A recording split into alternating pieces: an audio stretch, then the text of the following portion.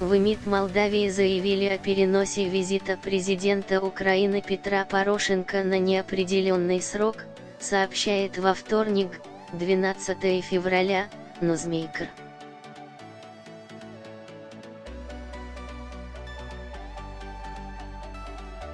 По словам пресс-секретаря молдавского внешнеполитического ведомства Александра Ройтмана, визит Порошенко в Кишинев остается в повестке дня двусторонних контактов Молдавии и Украины.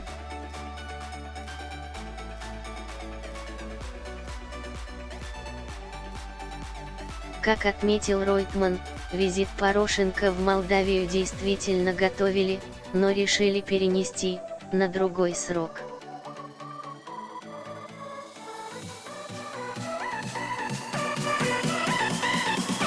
Кроме того, Ройтман добавил, что Порошенко не собирался встречаться с президентом Молдавии Игорем Додоном.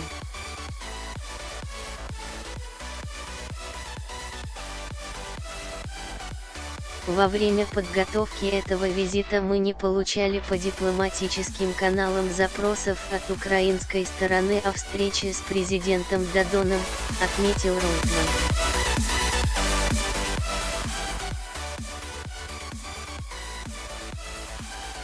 Как известно, в августе 2018 года Порошенко заявил, что готов к диалогу с президентом Молдавии Игорем Додоном, если тот поддержит территориальную целостность Украины.